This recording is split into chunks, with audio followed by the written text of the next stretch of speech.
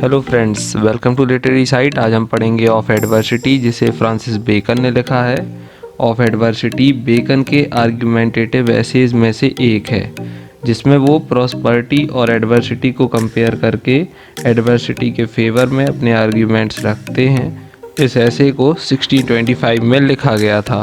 इस ऐसे की स्टार्टिंग बेकन सेनेका के एक स्टेटमेंट से करते हैं। सेनेका एक रोमन फिलोसोफर थे जो विजडम से ब्लेस्ड थे। सेनेका ने अपनी एक स्पीच में कहा था कि हमें उन गुड थिंग्स को तो विश करना ही चाहिए जो कि प्रॉस्पेरिटी यानी समृद्धि से जुड़े हैं, पर साथ ही हमें एडवर्सिटी यानी बैड टाइम से जुड़े हुए गुड थिंग्स या पॉइंट्स को भी एडमायर या अप्रिशिएट करना चाहिए, क्योंकि इससे हमारी पर्सनालिटी पर पॉजिटिव इफेक्ट पड़ता है।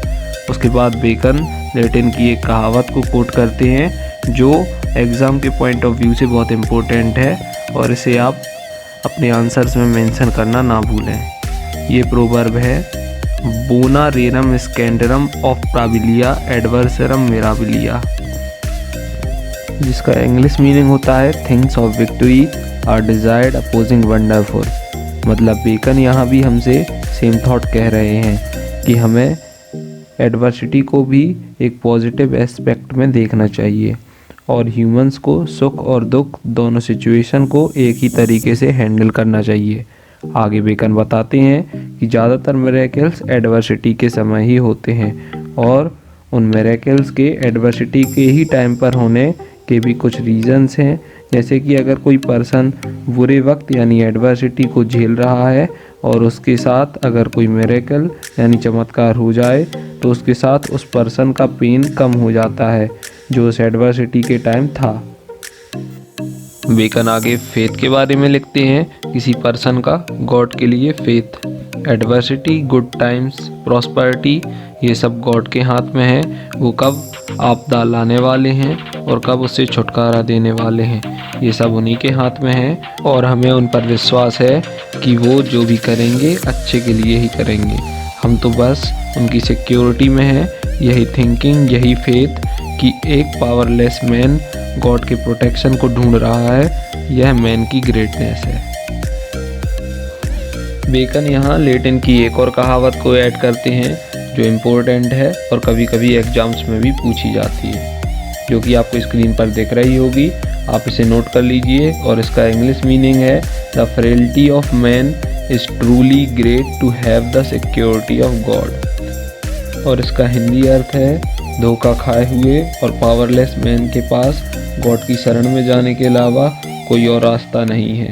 पोएट अपनी पोएम्स में चार्म लाने के लिए मिरेकल्स ऐड करते हैं, और कोई भी व्यक्ति पोएट्री में मिरेकल्स को आसानी से ढूंढ सकता है।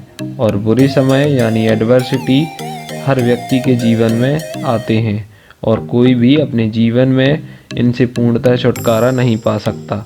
और ये डिजास्टर्स जो कि एडवर्सिटी को लेकर आए हैं, वो हमें इमेजिनेशन से दूर रखते हैं, क्योंकि हम इन इमेजिनेशंस की वजह से उस एडवर्सिटी की रियलिटी को भूलने लगते हैं। उसके बावजूद भी हम एडवर्सिटी के दौरान इमेजिनेशन करते हैं, और कुछ लोग पोएट्री का यूज़ करके अपने इमेजिनेशंस को एक्सप्रेस भी करते हैं। आगे बेकन प्रोमेथियस के बारे में बताते हैं, जो एक टाइटन था।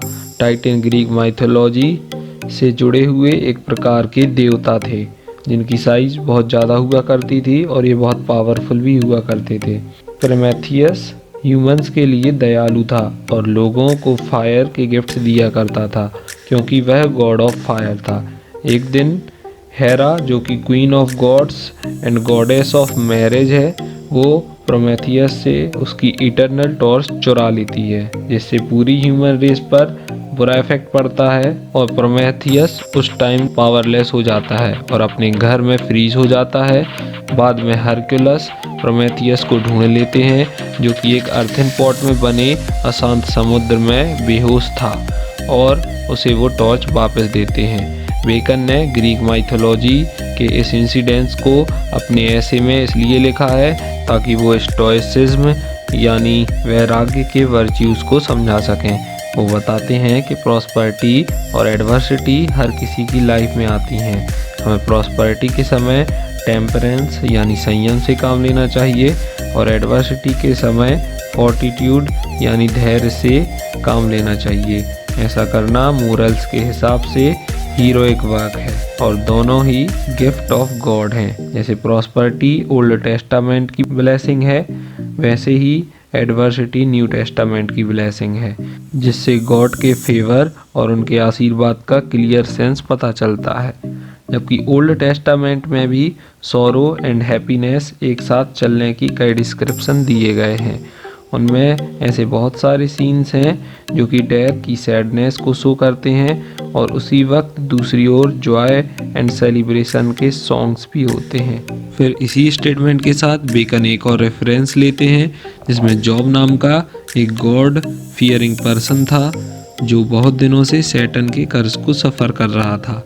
जॉब और उसके फ्रेंड्स ने बहुत पेशेंस से उस पेन को सहा और फिर गॉड से मदद की गुहार लगाई, जिससे आखिरकार गॉड मान गए और जॉब को उन्होंने उस कर्ज से बचा लिया। जबकि बाइबल में एक होली घोस्ट ने जॉब की कहानी को डिटेल में समझाया है जिससे वह सोलोमन को खुश कर सके। लास्ट में बेकन बताते हैं कि ऐसा जरूरी नहीं है कि प्रॉस्पेरिटी हमेशा जॉय से भरी हो और ऐसा भी नहीं है कि एडवर्सिटी हमेशा बैरन या होपलेस हो। ऐसा कि हम एम्ब्रॉयडरी के एग्जाम्पल से देख सकते हैं कि सैड और फॉर्मल बैकग्राउंड पर की गई एम्ब्रॉयडरी हमें लाइट और बैकग्राउंड पर डार्क एम्ब्रॉयडरी से ज़्यादा अट्रैक्टिव लगेगी। इसलिए बेकन कहते हैं कि हमें पता होना चाहिए कि हमारे मन को क्या पसंद है और हमारी आँखों को क्या पसंद है। जिस तरह एक अरोमा के सोर्स को क्रश करने पर ही उसके सेंट या गुडनेस का हमें पता चलता है, वैसे ही एडवर्सिटी हमें वर्च्यूज़ गेन करने में हेल्प करती है। ये वीडियो बस यहीं तक थी और यह वीडियो आपको पसंद आई हो तो इसे लाइक और शेयर ज़रूर करें और मेरे चैनल को सब्सक्राइब करना ना भूलें। धन्यवाद।